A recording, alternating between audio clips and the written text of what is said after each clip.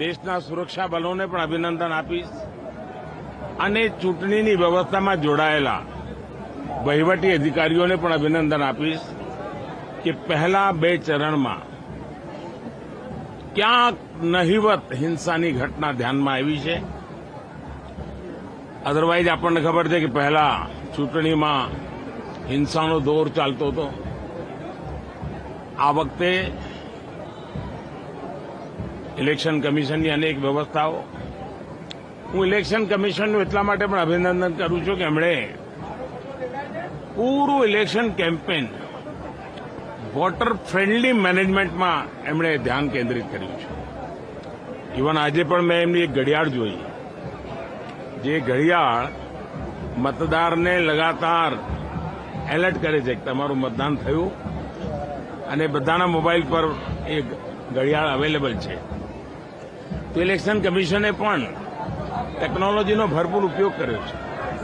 અને હું તો મીડિયાના મિત્રોને પણ કહીશ કે हम लोगों ने देश में भारत की चुनावी प्रक्रियाएं कैसी है, चुनावी मैनेजमेंट कैसा है और दुनिया के लोकतंत्र के लिए ये बहुत ही बड़ा सीखने योग्य एग्जाम्पल है.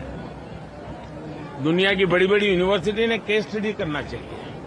आज दुनिया में करीब 64 कंट्रीज में चुनाव है, उन सबका कंपैरिजन करना चाहिए.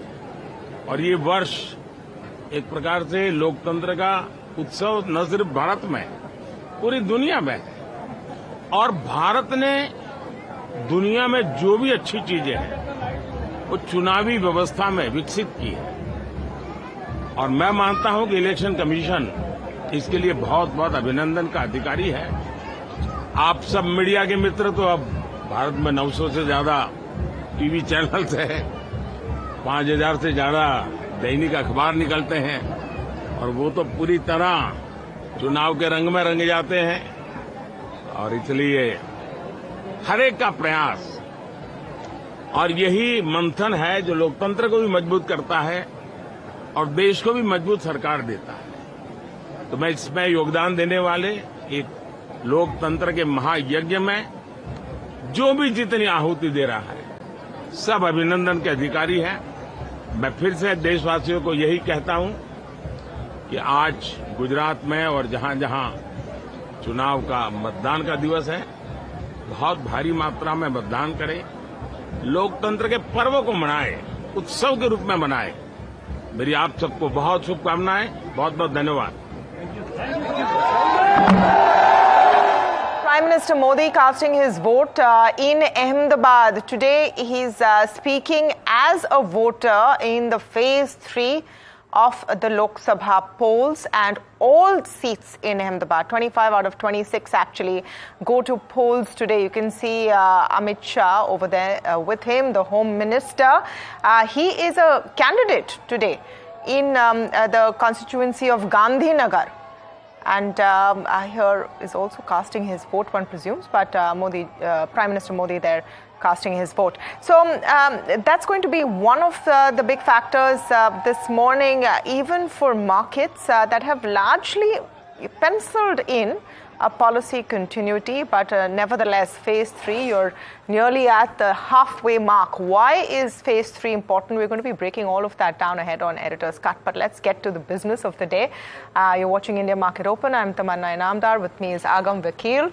Agam, pretty decent global cues overnight, but so much of a back and forth if and when on the ceasefire between Israel and Hamas, and that has kept global investors a little confused. It has in fact caused a lot of confusion. But the truth is, as far as Indian markets are concerned, Tamanna, it does seem like we're in a consolidation phase, and we're not seeing as much correction as one might expect, and that of course is a big positive here. Yeah, absolutely.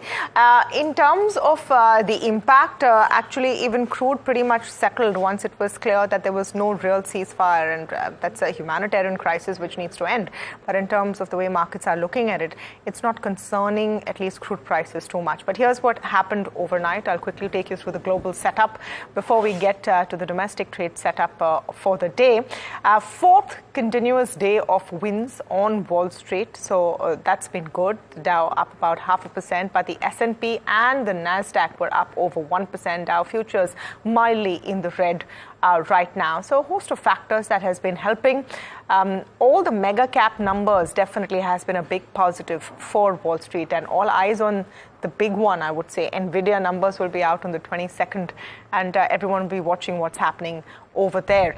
The bonds have also been fairly benign, still under 4.5% on the US 10-year.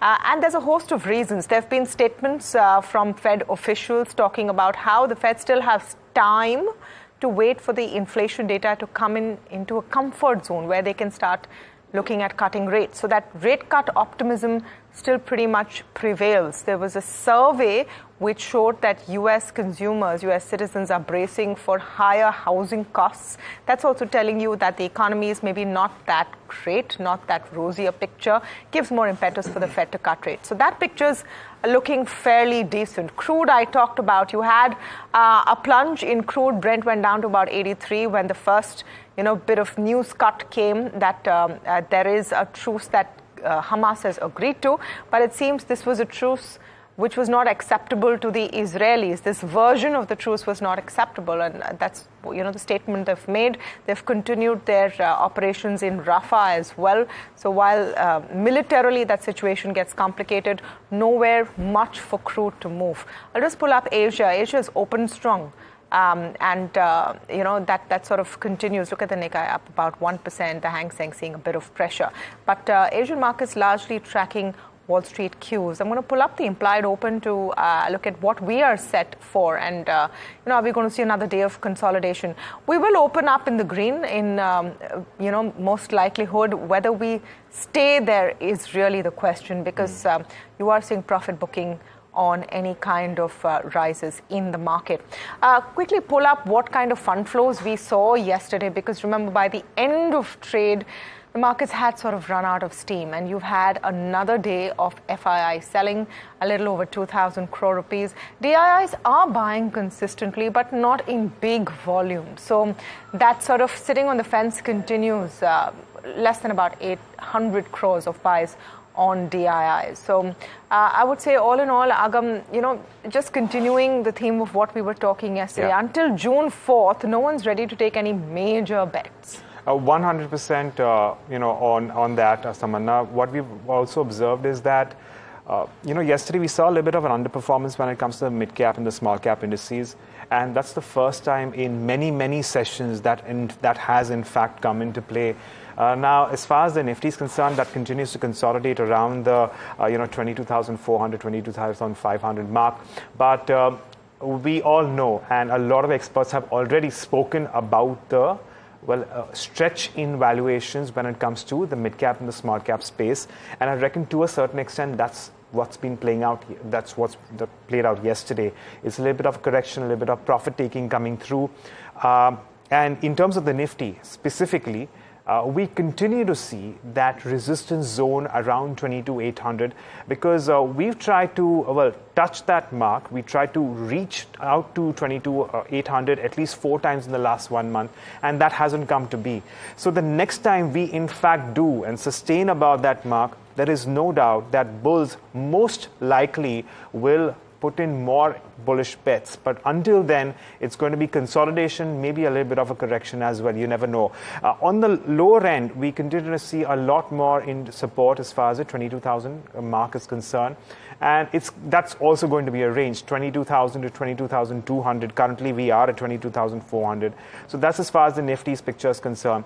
We're getting very, very mixed cues coming down to the Bank Nifty. It's always one bank up, another bank down, which is why consolidation in the Bank Nifty also has continued. Of course, yesterday was a turn where Kotak Mahindra advanced and SBI came off. So once again, that little bit of a balancing, a little bit of rotation playing out as far as the Bank Nifty is concerned. And a final word on the mid-cap and the small-cap indices. they are still substantially higher as compared to the Nifty as well as the Bank Nifty on a financial year to date. Sure, we're just a little over a month into this financial year, but we continue to see that outperformance, which means that, and that's also the reason why a lot of analysts out there are saying that valuations remain stretched, and if there is an issue in the markets, well, that area is the first which is going to be seeing a correction. But for now, earnings, of course, continue to support, and which is why we're not seeing that much choppiness in those indices either. You know, what I'm also curious to see is what is the response to an REC, a PFC, and a IREDA, and the PSU banks today, because a lot of, I think, a panic sort of sale yesterday, Agam, because of the RBI proposed guidelines.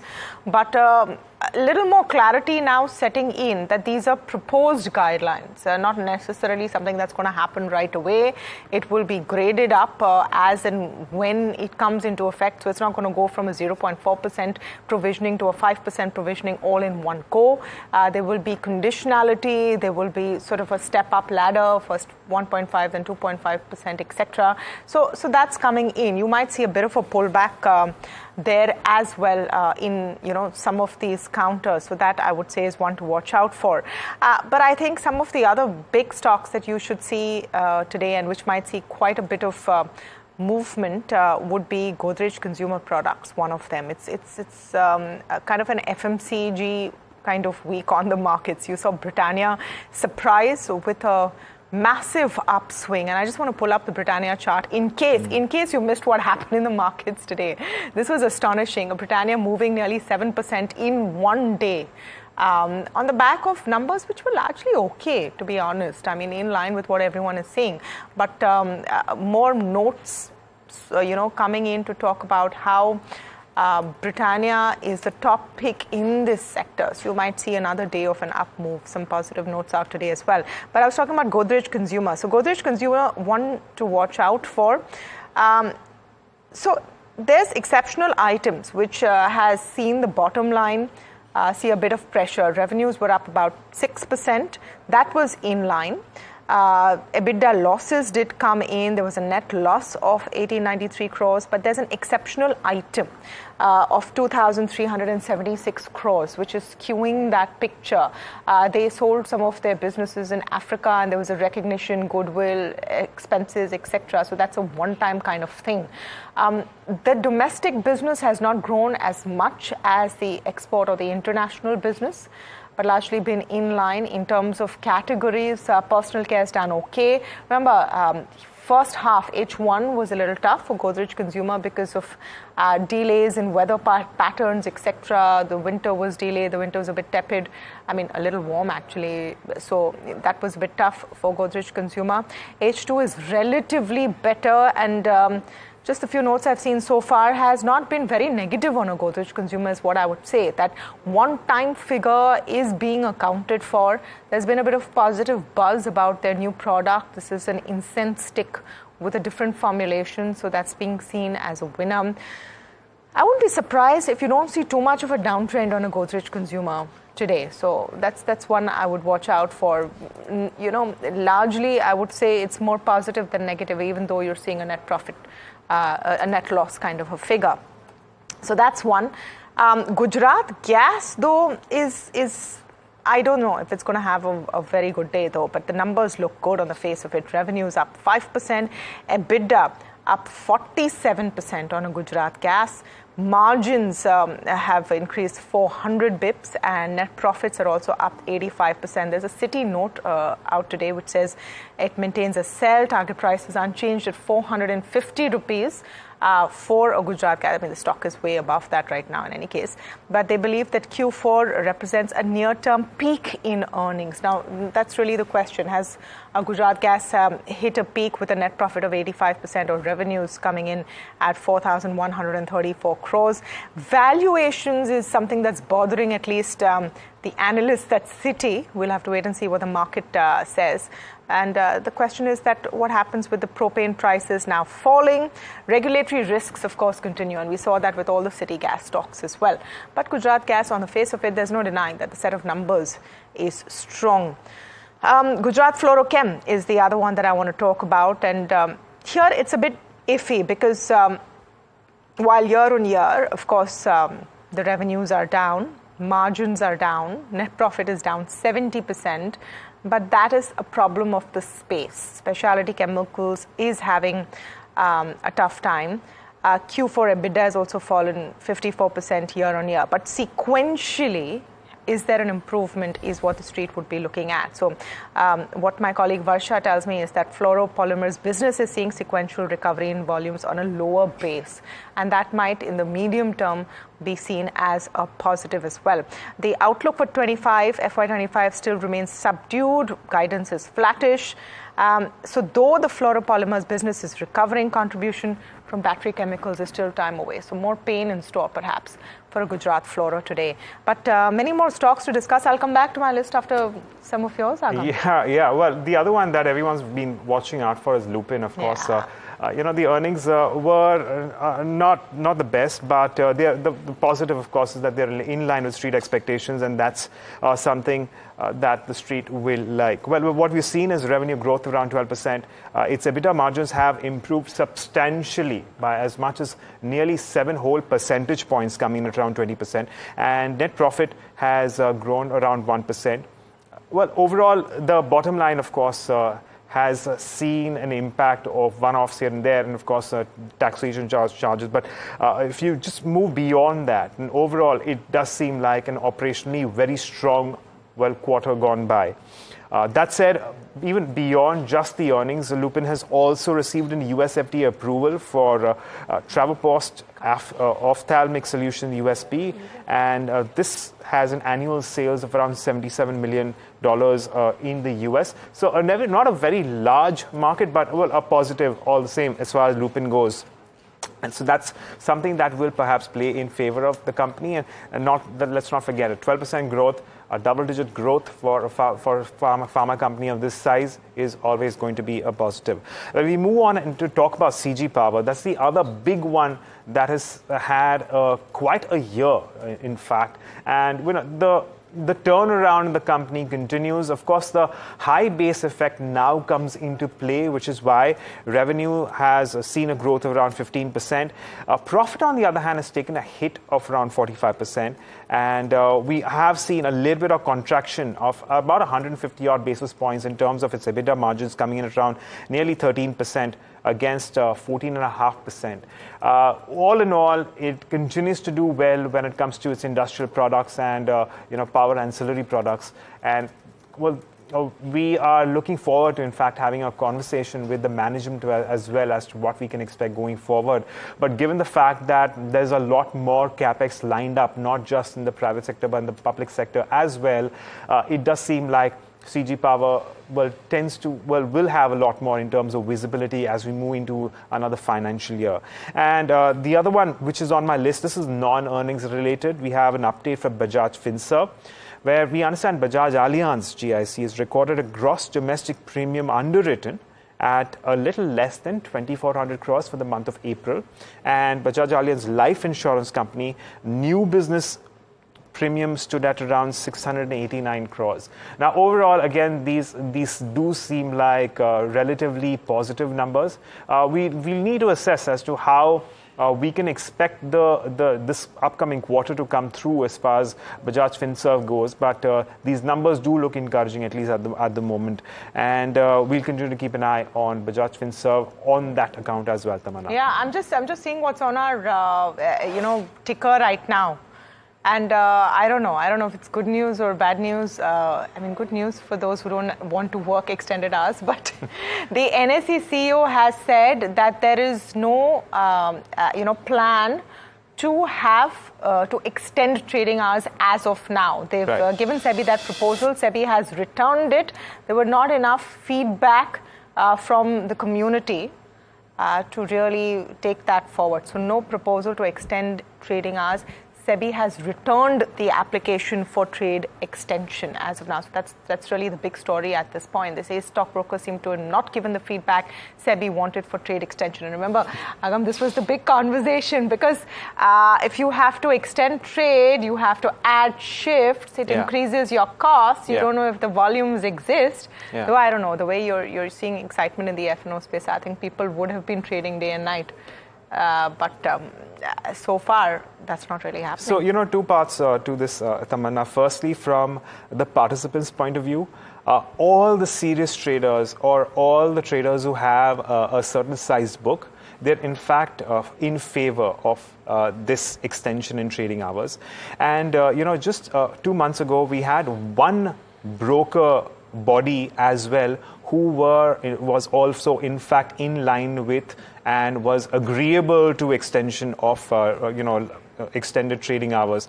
But given the fact that we have an update here is that not enough stockbrokers have responded, it does seem like there is still a little bit of uncertainty, hesitance, if I may call it. And, well, it's going to take time. It's going to happen when it happens.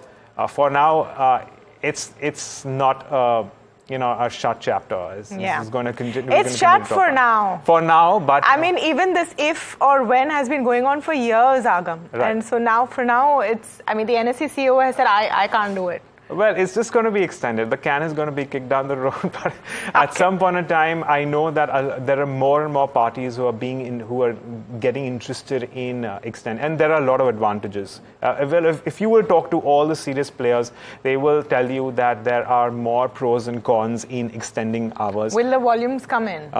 That's something which will eventually happen down the line. It's inevitable. Yeah. Just the speed of which is something that is going to.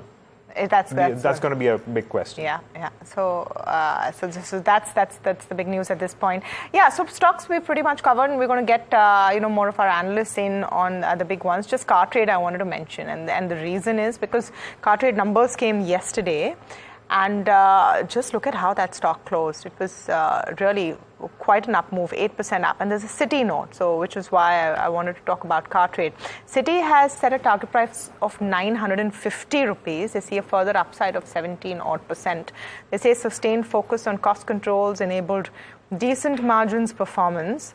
Commentary has signaled confidence on EBITDA margins expansion in the consumer and classified business, and they now estimate OLX P&L explicitly. So they value the business at 20 times the FY26 estimated EV and EBITDA, given OLX's current lower growth profile. So card rate suddenly popped up yesterday, and it seems like you might have another good day. So. Yeah, you certainly may. We're, of course, moving into the next phase of elections, and besides that, we're also keeping an eye on a whole host of earnings. So a lot of these factors will be in focus. At the moment, what we're also seeing as far as the indices are concerned, sure, the Nifty is indicating an implied open of around 50-odd points, but that isn't as substantial. What we actually need to see whether or not the Nifty, one, can sustain. Firstly, move above the mark of 22,500. Then sustain above that and eventually climb to 22,800. The underlying sentiment, of course, is that should the incumbent remain in power, we will see a continuation of policy and perhaps more big bang, updates coming in as far as the upcoming budget goes. This is, of course, assuming that the incumbents stay in power. There's a higher probability of that. At least that's what a lot of avenues in the markets are indicating at the moment. And the volatility index is not indicating anything untoward at the moment as of now. Sure, premiums have risen, and that's something that where you're always going to see an increase in your option premiums as we move into the latter phases, the latter stages of the election going in. That said, moving into the next phase, what can we expect? That's what we are leading into. And so on the big story, the fate of the key candidates, including Amit Shah, Shivraj Chauhan, Dimple Yadav, and of course Digvijay Singh, would be decided today as voting for the third phase begins. Well, Tamanna, why is this phase important? Yeah. So phase 3 kicks off today. It's in 93 seats that are going to polls across 11 states. We're just taking you through some of the stats. So the number of seats contested by the two key alliances is all of them. NDA is contesting 93 and so is India Alliance.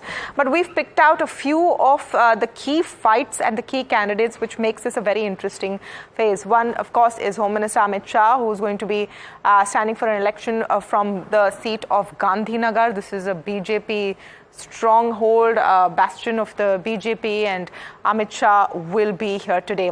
Badruddin Ajmal is going to be standing from Dhubri, seat in Assam. Remember, this is a perfume maker of global repute, and he is going to be one of the big fights to watch out for. Again, considered a safe seat for him. Jyotiraditya Sinha is going to be standing from Guna. Now, I found this interesting because Guna, again, is a family borough for the Scindia family, the Gwalior family. Jyotiraditya Sinha lost this seat last time when he stood from the Congress party. He's standing on the seat again, but this time from the BJP, and remember, he's a minister now, the Minister for Aviation. So this is the other seat that is interesting. Baramati is going to be a very interesting seat. It's Pawar versus Pawar. So Supriya Sule, the daughter of Sharad Pawar, is facing off against Ajit Pawar's wife, Sunetra Pawar. So this one is personal for the Pawar clan. Baramati, again, is sort of a family stronghold, but this time is going to be which side of the family you vote for, and of course, which side of the alliance. Shivraj Singh Chauhan is going to stand from Vidisha. Remember, he's won this seat 4 times, but he's also been the Chief Minister of Madhya Pradesh 3 times. He is coming back into a Lok Sabha election after nearly 15 years and will be standing from the seat of Vidisha. So these are some of the key candidates. But again, like I said, why is this important? So Gujarat is important. 25 of 26 seats in Gujarat will go to polls. If you're wondering what's happened to that one seat, that's the seat of Surat, where there is no election today. The candidate has already been declared from the BJP as a winner because everyone opposing that candidate has withdrawn. So there is no real election over there. So that was point number 1. Can we go back to that plate? Because I just want to see what point number 2 was. Yes, so like we said, the BJP candidate in Surat has been declared winner since all opposing candidates withdrew. That's one reason why this election is important. Let's move on, please. And look at the next part. This is also an important phase because the BJP won 80 out of 93 seats in these constituencies in 2019. Now, it's a little difficult to calculate because, remember, there are seats going to polls in Maharashtra as well. And the whole shape of the parties and the contestants in Maharashtra have changed with a split in the Sena and the NCP over the last 5 years. But the seats in Karnataka become important because it's a BJP versus Congress battle in 14 seats in Karnataka. This is Uttar Kannada, a stronghold of the BJP. They won all 14 seats in 2019, but the Congress is going to try and make a comeback because, remember, they won in the assembly. They're hoping this Prajwal Revanna mess helps them in these 14 seats in Karnataka as well. It's also an interesting phase to watch because the first set of votes begin in West Bengal. And West Bengal is one of those, I would say, greenfield areas, catchment areas where the BJP is hoping to make more gains. So for these reasons and more, this continues to be an interesting election and a lot to talk about. All right, we'll go across now to Aditi Phadnis, who's joining us, senior journalist and political editor of Business Standard, for her take on this. Aditi, good morning and great to speak with you as always on NDTV Profit. Just wanted to get your idea of why you think phase 3 becomes so crucial, because is it also one of the reasons that now the big seats for the BJP begin phase 3 onwards? I would not say phase 3 is crucial. I would say that phase 3 is very interesting because for the BJP, this phase does not really represent much threat. In Gujarat, for instance, I think they're home and dry, despite Purushottam Rupala making statements about disaffection of, creating disaffection among Kshatriyas. In North Karnataka, I am not sure if the Prajwal Revanna issue is going to affect the BJP or any other party very much. the Janata Dal S, to which Prajwal Revana belonged, has hardly any presence in North Karnataka, and it is unlikely to affect the outcome there. Of course, in West Bengal, it's going to be a very interesting election, and I think voters have already started queuing up. Outcome, I mean, the turnout is going to be very important to watch. These are all places where the BJP is looking to post a healthy result. Aditi, just, your take on the voter turnout, and I'm wondering, do you think it's an important factor? I mean, it's could be several reasons, could be apathy, but could also be the heat wave and the high temperatures, which is keeping voters from coming out. Does it impact, or does it have the potential to impact outcomes? Tamanna, I would love to say that it does, but to be completely honest, all the studies, all the psephologists, all the people who study Indian elections are yet to come to a consensus on what a large or a suboptimal voter turnout means. Whom does it affect? In whose favor does it go? These are questions which really nobody has been able to answer till today. Except in big wave elections like 1977, where voter turnout was irrelevant because everybody voted for, almost everybody voted for the opposition. But in a situation like this, where at least I am unable to see a wave, and maybe that is reflected in the lower than before voter turnout, it's possible that people are coming out in large numbers to vote for the incumbent, whereas the opposition voters are not coming out because they think it's a done deal anyway.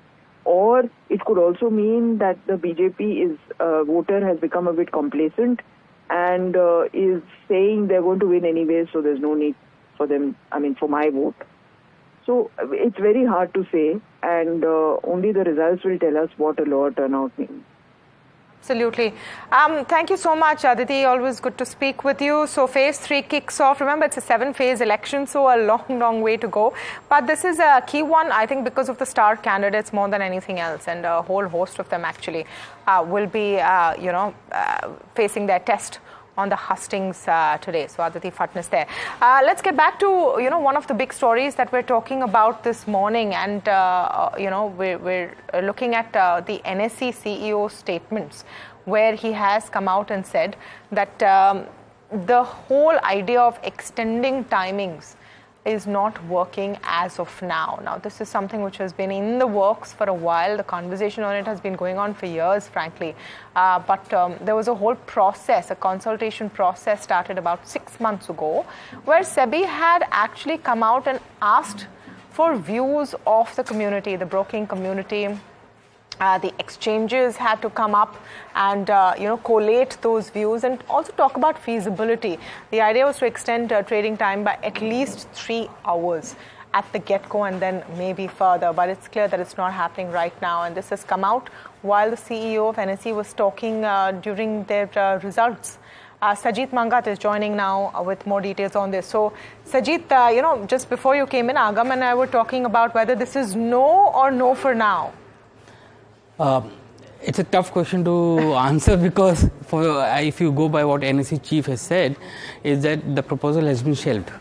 So it's no? It's no as of now because, there have been a lot of chatter on this for last couple of years about extension of trade timings, and finally SEBI came out with a resolution on how to go about doing that. So they created an industry standards board, which includes all stakeholders, which includes the brokers, the clearing houses, stock exchanges and everything. The standards board was supposed to send feedback to the market regulator, and the market regulator will take a decision based on the feedback what has been received. Now, NSE CEO Ashish Chauhan in his earnings call has said that the application which was sent by NSE for trade time extension has been returned by SEBI. So as of today, there is no proposal pending before SEBI for trade time extension. Now, the reason what he gave is that the feedback which was supposed to come from stockbrokers was not favorable for trade time extension, and so SEBI has said that it's not going to go through, so they have returned the application there. So so they have a big job at hand, because they have to now convince all the stockbrokers to make sure that trade time extension happen. Now, it doesn't mean that it may not happen in the future, because as we see, the trading has moved from traditional stockbrokers to discount brokers, and a lot of large market share is now with the discount brokers. But the stockbrokers also have a good big say as of today. So in the next few years, when technology expands and everything moves forward, there could be a possibility that in the next 3 to 4 years, as online and tech-based trading takes shape, there would be another proposal that may come in, and at that time the proposal tech is neutral to timings, so at that time there may be a opportunity for NSE to extend trading. Sajid, the other question is whether or not there will be volumes. Okay, so firstly, of course, for now it's not going to happen. But I reckon that to a certain extent, even if this were to go ahead, it would take a very, very long time before we start seeing any meaningful traction. And I reckon that that's the reason why stockbrokers in general are a bit wary, because for them, of course, costs would remain high for a very, very long time before they actually start seeing any meaningful work. Exactly, and that's where the tech comes into place, because today the biggest cost is compliance for the stockbroker. If the technology is going to bring down that cost going forward in the future, then there is a possibility that you can look at trade time extensions there.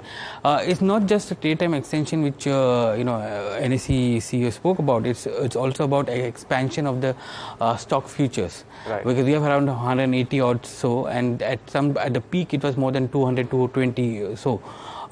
There was a question which was asked whether there is a stock futures expansion which is going to happen or not, and again Ashish Chauhan said that the proposal is with SEBI, and SEBI is working out on modalities and criteria where they can increase the number of stocks in stock futures. So again, that's something which is going to be interesting. Interestingly, Agam, the transaction charges that NSE got in Q4. Roughly around 78% came from options trading. Right. And 11% from stock futures trading, and rest from cash. So, see the kind of, the revenue that's been generated by options trading. So, everyday expiry is really opened up a lot of things, and I believe that the expiry overall, well, I don't even know what sort of number it would be in terms, if you put it on a notional basis.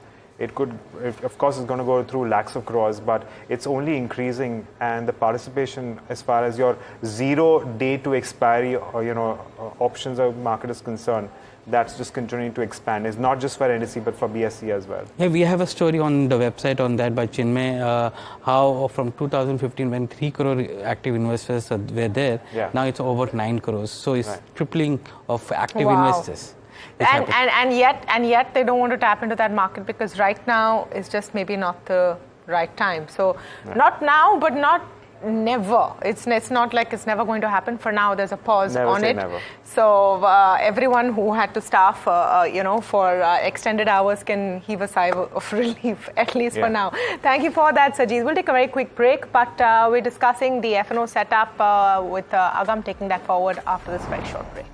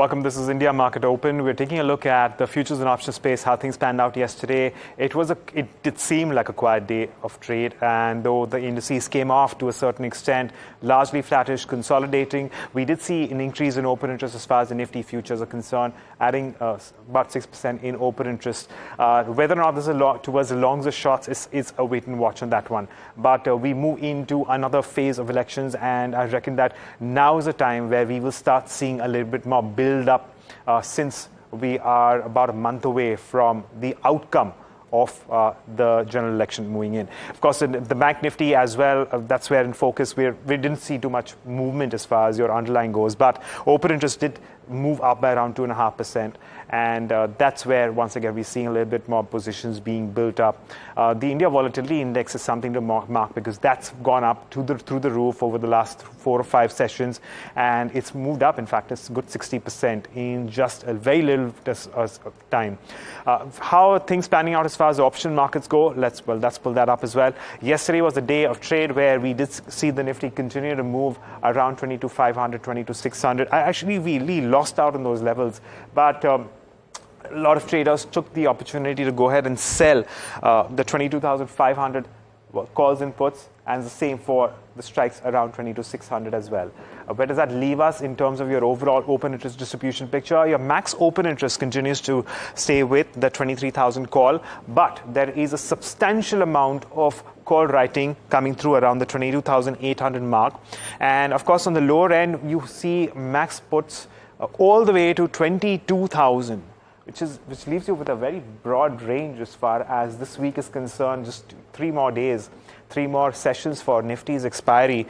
I reckon that this range will, of course, eventually narrow down, but for now, this is what we are working with. These are the numbers that we are working with. In terms of stocks, of course, we had a lot of earnings reactions. We had something like a Britannia move up, and well, a lot of longs building in there. Titan, on the other hand, once again, reacting to earnings, a lot of shorts there. Gujarat Gas, of course, will also be in focus on account of earnings today. And, moving on to stocks which are unwinding, keeping an eye on something like a Godrej Properties, a lot of short covering there. BHEL, Coal India, REC and Crompton, on the other hand, looking at longs unwinding coming through. So these are some of the names that we can watch out for. But where do we see the markets going in, and what kind of trading ideas can we work with at the moment with the kind of circumstances? Well, let's get in an expert opinion. We have Ajit Rambia of Ajira Ventures who's joining us on the show. Ajit, good morning. Thank you so much for joining in. As usual, your view on the benchmarks, the Nifty and the Bank Nifty, where you see them headed? Yeah, good morning, Agam. Thanks for having me on the show. Considering the recent trend of the market, we can say that we are witnessing a subdued activity by market participants right now. FII flows are also on the negative side since they are selling for the past 2 days. Given these factors, our view is that the market will continue to remain sideways with a negative bias. We urge our viewers to keep minimum downside risk in this election phase of the market. Speaking about the indices are moving in a narrow range right now. In Nifty, we have a good support at 22,375 levels, and we may face resistance at around 22,600 levels. And in Bank Nifty, we have a good support at 48,650 levels and a resistance at 49,500 levels. So those are levels that you can work with. But Ajit, let's start with Hero MotoCorp. What options structure are you deploying here and why? Yeah, we have a bearish view on this counter. It is passing through a sideways and bearish channel. So we initiate a bear put spread where we buy a 4,500 May put. This is a simple strategy. We buy a 4,500 May put at 131 and sell a 4250 May put at 46. 4250 is our target price. So the total cost of the strategy is 85 rupees to earn a profit of 250 rupees. Pretty straightforward bear put spread coming in as far as Hero MotoCorp is concerned. But moving on to the other one, which is on your radar, Ajit, that's Divi's Laboratories. Yeah, Divi's Laboratory, it has been a trending counter for the last 6 months. It has given a flag formation. Our view stays bullish on this counter, so we can initiate a bullish strategy where we buy one Divi's Lab May future at 3975. Sell one Divi's Lab 4,200 call at 51. 4,200 is our target price, and hedge it by buying a 3,800 put at 58 rupees. So 3,800 is our stop loss and 42,000 is our target price. That's as far as your risk-reward ratio is concerned. So one idea, playing for an upside, that is Divi's Laboratories, and the other idea in this case, playing for a little bit of a decline, that's Hero MotoCorp.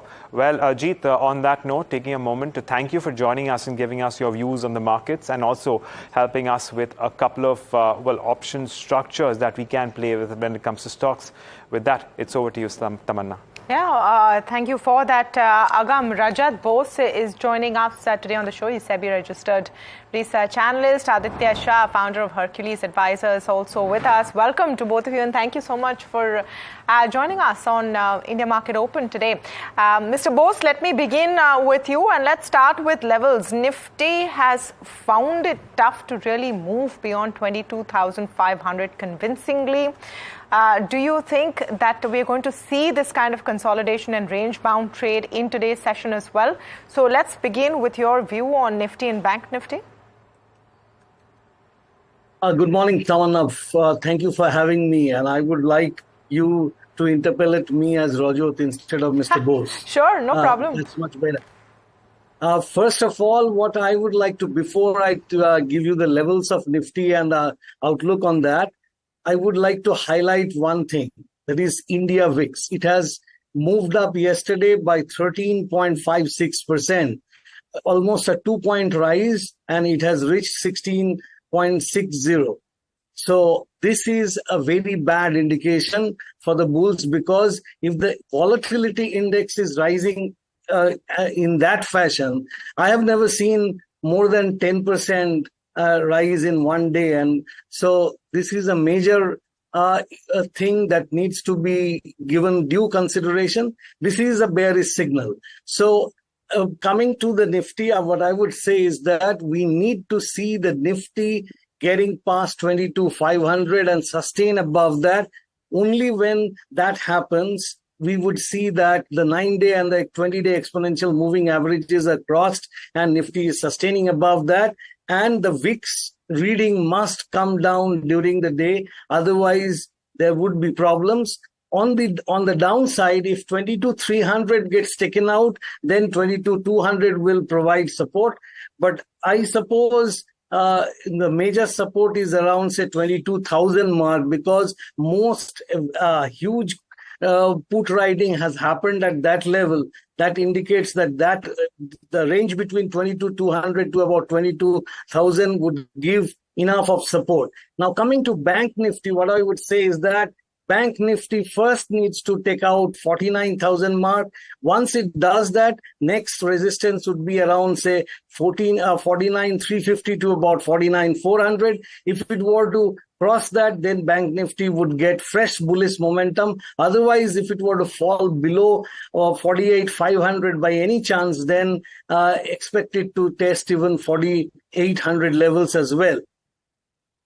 All right. Well, Rajat, good morning. This is Agam here. How about, a slightly longer term point of view? I know that you've spoken in the near term about the levels that we can watch out for in the Nifty.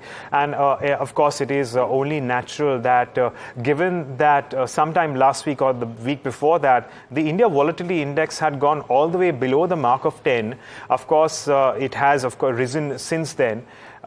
In perhaps if you take a slightly longer point of view, what levels would you be watching out for when it comes to the Nifty, especially given we have elections at hand?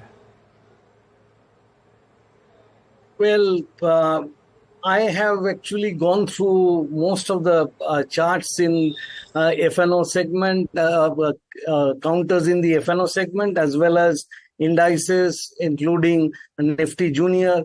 My senses are telling me that market is a bit apprehensive for whatever. I don't know why it is so apprehensive. Maybe certain results are not that good. And maybe another thing could be the political scenario, the election results, all that. But what it suggests now is that there will be volatile movement between, say, 23,000 and 22,000, or maybe 21,800 at best, till such time we get to the election results. And a number of stocks did show topping formations, like, for instance, say, the way a Titan fell yesterday. It was actually highly overbought and it was seeking some lower levels. That had to happen, and that has happened. So during this month, do not expect too much of a fall. At the same time, do not expect it to sustain beyond 23,300.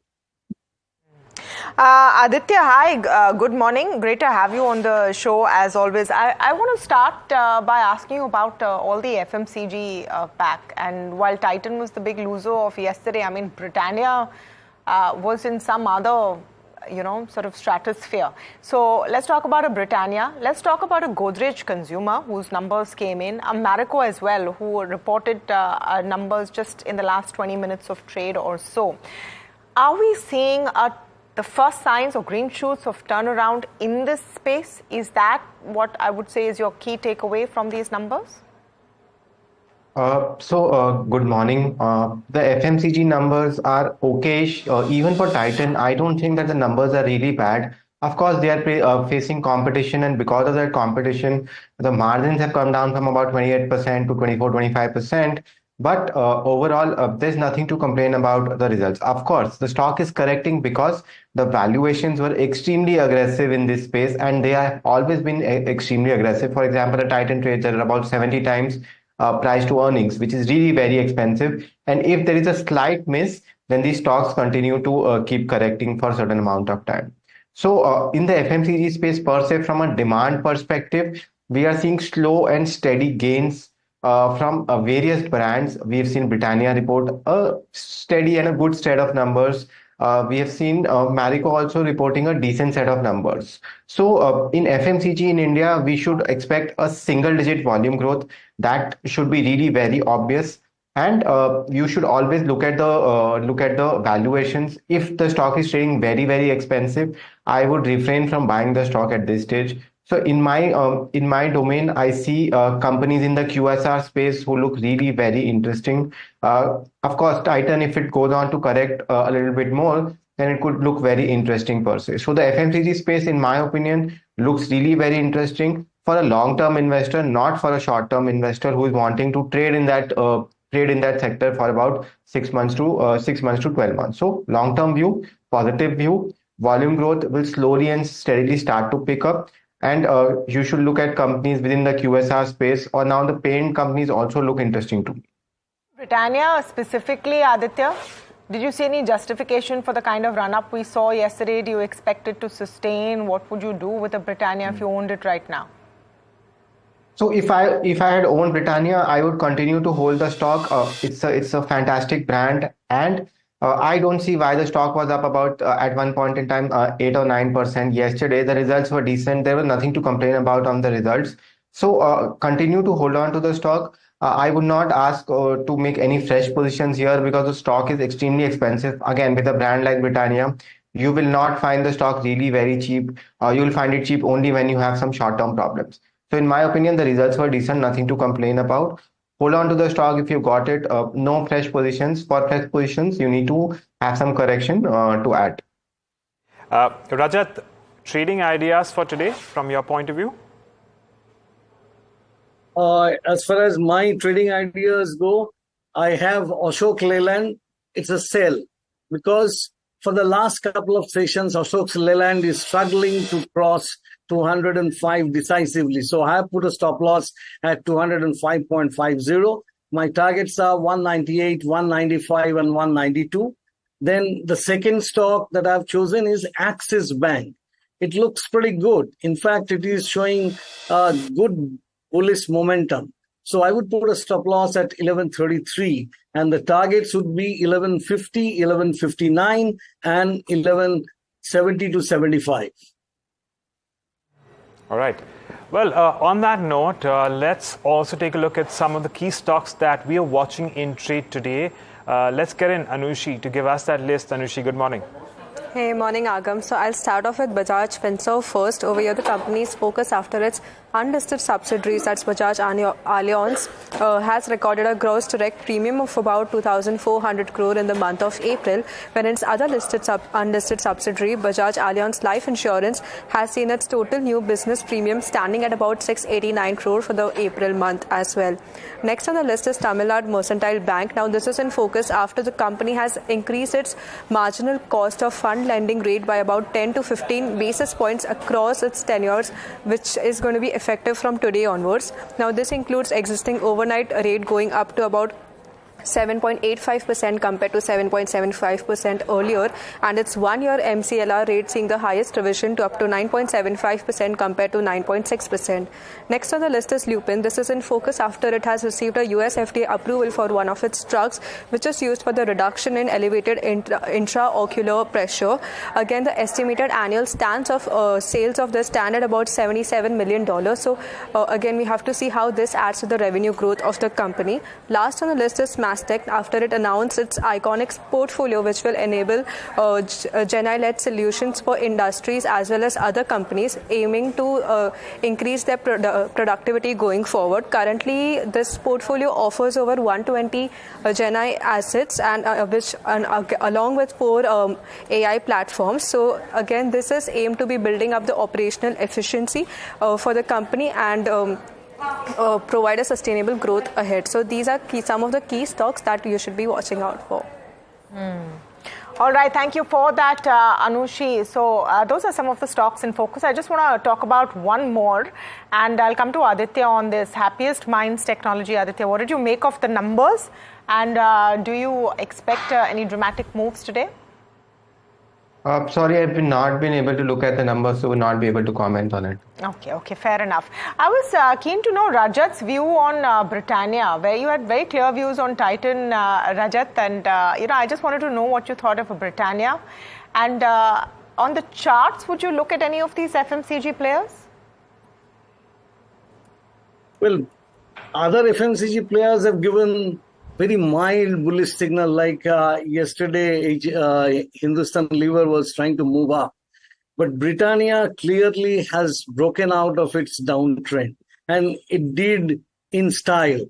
The kind of record volume that it has shown, that shows that, yes, definitely people are changing their view. It has gone past all the moving averages, and it has actually from the highs of 53.88 or so and to the lows of close to 4,600, yesterday's movement almost covered, or rather it has already covered 50%. It did go beyond 61.8%, almost to the extent of 78.6%. So it may consolidate now, but definitely any dip would be a buying opportunity in Britannia. Britannia, if anyone is thinking of buying, put a stop loss below 4,900. You can buy. You can buy this stock. This stock looks good, and it's a quality stock. You won't get it at a much cheaper price. Okay.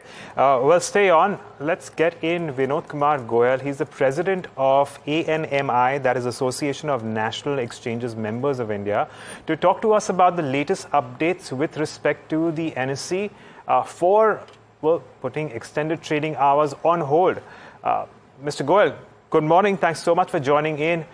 Your initial take, is this a hold for now or a hold for good? How long do you think that these issues could be resolved? From what we understand is that there wasn't enough feedback from the brokers body or brokers in general, stockbrokers in general. How are you viewing this development coming through? Hello. Sir, what is there, the enemy consented for the extension of hours for Nifty futures, index futures rather. Hello? Please go on, sir. We consented for the index futures extension of hours by NSE proposal with the condition that the other infrastructure, banking and other things are in place so that we don't feel any difficulty. Later on, just now I learned from SEBI's this newspaper cutting that they have rejected the NSE's proposal, so they might have found some hurdles in extending the hours. So we are not at all concerned why they have rejected. It is a matter of the prudent decision from the regulator, and we have to abide by that. Do you welcome it? You have to abide by it, Mr. Goyal, but do you welcome it? Are you disappointed? Would you wanted to have extended trading hours? See, madam, there is no question of disappointment or welcome. In every condition, we have to take care of our interests. And if the work hours had extended, and if going forward after working on it, if something trouble was felt, then they would have corrected or left it there also. But since the preliminary things are not working, or they might have taken into consideration other consideration, then they have said we are not extending. So for the time being, if they are not extending, we are okay with it. All right. Thank you so much, Vinod Kumar Goyal, President of ANMI there, responding to the SEBI decision to not extend trading hours. We're talking numbers this morning, and you're also seeing the first pre-open rates hit on your screen, but we'll return to them once they settle a bit. Natarajan Srinivasan, MD of CG Power, is with us. Mr. Srinivasan, very good morning to you, and thank you for speaking with us on NDTV Profit. Great to have you here. The initial sort of brokerage notes on the results are fairly positive. I just want to understand a bit, just if you can give me a sense on where that margin pressure is coming from. On the year-on-year numbers at 12.95%, and details of the exceptional items which has caused that net profit to fall. So we have 4 businesses reported into 2 segments. One is motors and railways. We club them together as an industrial. The industrial, I think this year, the margin pressure is coming from motors business. Railways is doing okay. Then the other business is actually power systems, where we have the transformer and switchgear. Both the businesses have done exceedingly well. In fact, for all the businesses other than motors and for the company, margins for this year has been the highest. All the businesses have some record or the other in terms of sales, profits, or order book. Or margins. The year-end order book as of March 31, 2024 is 45% higher, is about 6,275 crores. Coming to this extraordinary, we actually sold one of our subsidiaries in the US. Actually, this happened in the first quarter itself. That income has been booked there. Then that is the main chunk of the other income. Right, Mr. Natarajan, over the last 3 to 4 years, you have actually undergone a lot in terms of transformation. Of course, picking up from your acquisition back in the day, then turning it around, becoming profitable eventually, and now showing a staggering growth as well. But now that we have normalization in place, would about 15 to 20% growth expectation be a reasonable one going into the next few years as well when it comes to revenue? I think that is quite reasonable because, of course, for the immediate year, I think I have already mentioned to you that we have a strong order book on hand. So I see a clear visibility for the entire business. Railways actually has got huge plans. And we are one of the strong suppliers for railway. That segment is expected to grow. Our segment, both transformer and switchgear inquiries are very strong.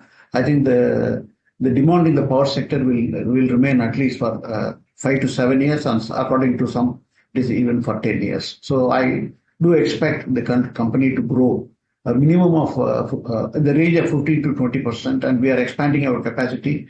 So that will also facilitate growth. Mr. Natarajan, just in terms of the near-term outlook, do you think that the first quarter would be potentially a slow one because of the impending elections, the general elections that we have, and then eventually do we expect a pickup? Perhaps if some sort of a warning for investors to take into consideration the long-term and not just the short-term here? So we don't give a quarterly estimates, but for the year as a whole, I am confident of growing the top line by 20%. And then if there are no spike in the material cost, material cost is 70% in all our businesses. Of course, some we have protection to pass through, some we have price variation clause. Barring that, if there are no huge hike in the material prices, the margins can also be stable. Mr. Srinivasan, just want to understand a bit about the railways side of things. You've seen the railways revenues to grow up to 40%. There is already a lot of orders that have been deployed by the government before the elections. I'm just wondering how much of an upside is there in terms of railways for CG Power? So I think that whatever I have mentioned, that 40% actually will capture the entire what we can do, because even if you get orders, what you can execute during this year, that will be a challenge actually. So we may get orders. We are talking to several other the players who are executing some large contracts. We may get some subcontracting orders, plus new orders also may come. But for this year, I think beyond that to execute, I think we can't clock revenue higher than this. Tie up with a Korean company in this segment. Anything that you can share with us on this, Mr. Srinivasan, because that is obviously being seen as a big positive as well. What kind of a collaboration will this be? So it is actually a sort of some gap in the propulsion systems, which we will be getting it from them, the technology. We will be paying outright and then buying out the technology. After that, we will become a complete full-fledged player which can offer the entire scope of propulsion. I just wanted to get your sense on the OSAT segment as well. I mean, that is, I would say, a little, not blue sky, but new and exciting. Is there any clarity that you have in terms of when and to what extent revenue contributions will come in? Well, the project itself will take about 4 years to get complete. The entire project to get completed, it will be 4 years' time. So at the fourth year, probably we may get some revenues, but I think it's too early. After 2 years, when we are nearing completion, we can talk about that. It's a large project which we have to execute very efficiently without any time and cost to overrun. Our focus will be only on that. Is that a segment that you want to increase your focus on in OSATs? So I think this project first is to complete this project and get the revenues. When this project gets completed, it has a potential to add our current, whatever we are recording as a turnover this year, that can get added to the company. And we hold, as of now, we hold about 92% of the equity. As per the agreement, our collaborators will put about 8%. So it will be a large addition to the CG standard current operations. So first that project has to get stabilized, and then we'll see what opportunities will throw open at that point of time.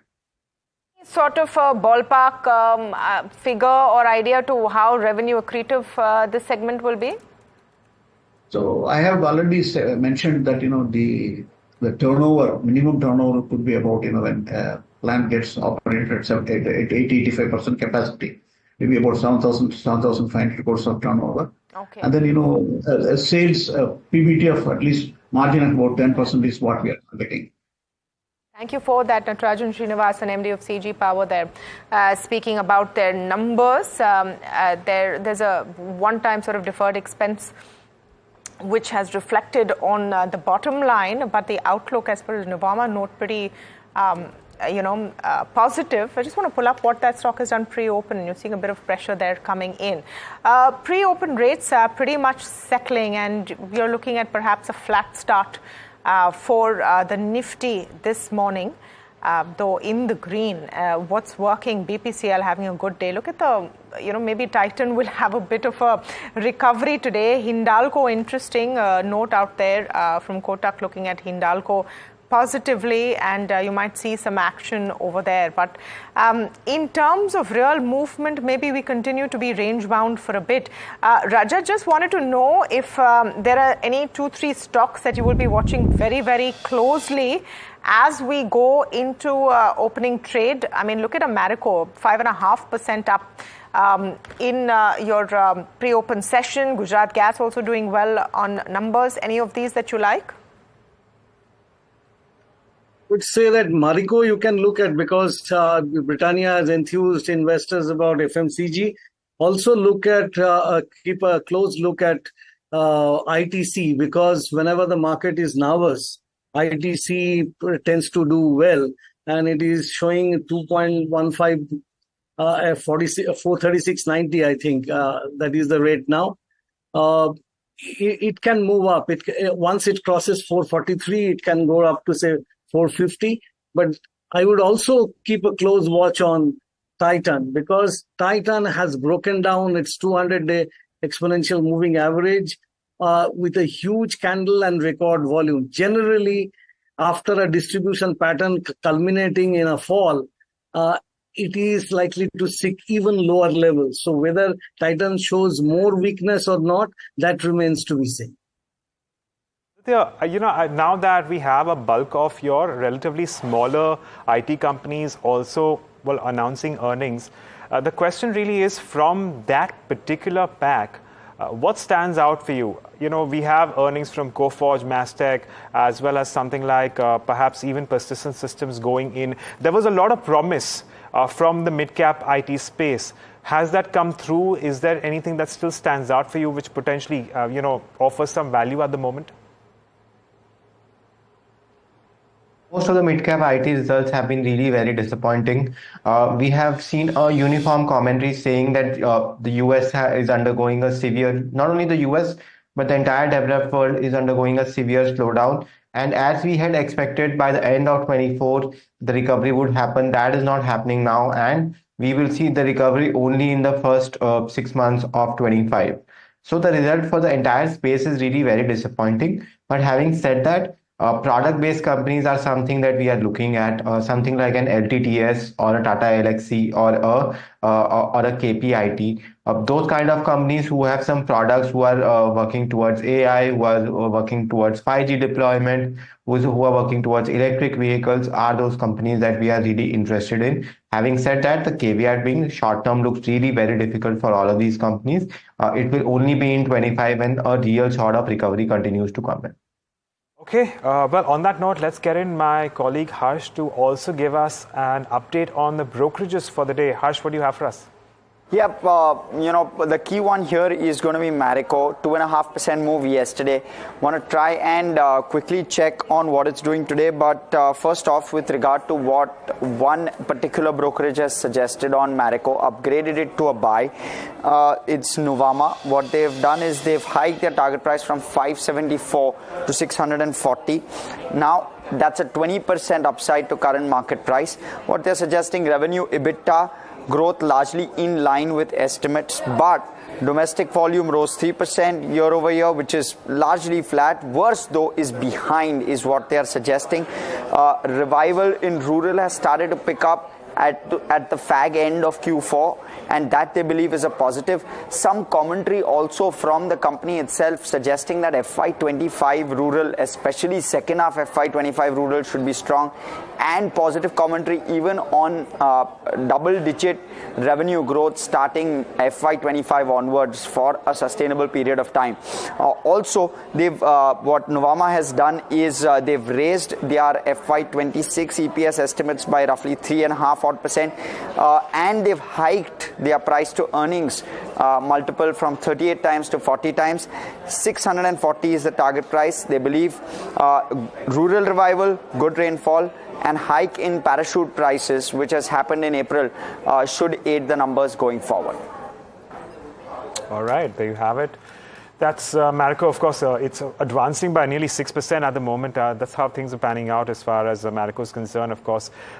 Besides that, well, we have to remember that the sector hasn't really had too much of a move, especially because of the kind of weakness, the kind of slackness that we've seen when it comes to its top line. Well, that we've had a consequent reaction as far as its bottom line is concerned as well. But at the moment, it does seem like there is just a little bit of value to be taken. And that's the reason why we're seeing such sharp reactions in Marico, for example, today, and Britannia, for example, yesterday. But besides that, at least as far as pre-open rates are concerned, it does seem like we're likely to open with some gains at the moment. And it's not just the broader markets. We're also keeping an eye on some of your broader markets. Now, the broader markets as well, something like a small cap or mid cap index is also expected to open in the green. Can we see a little bit of an up move coming through, given the kind of weakness that we saw yesterday? That's the question that where we're going to have to answer going in. But Aditya, pardon me, Rajat, I'll come to you. Anything that stands out for you in pre-open? Another trading idea, perhaps here? I would say that you can look at United Spirits, because United Spirits also tends to move up along with FMCG counters. Disclosure has it that I hold United Spirits stock in my long-term portfolio. United Spirits, if it were to cross 1240, then 1249 to about 1256 could be the next target. This is another stock that you should keep in mind. Okay, so United Spirits could see some action this morning, but you are going to have a sort of a range-bound kind of volatile day. Just about 15 seconds left to go for the first rate to hit. But from what we've seen in the pre-open segment, you might see some excitement in HPCL, BPCL, and one of those reasons is that both companies will consider a bonus share on 9th of May.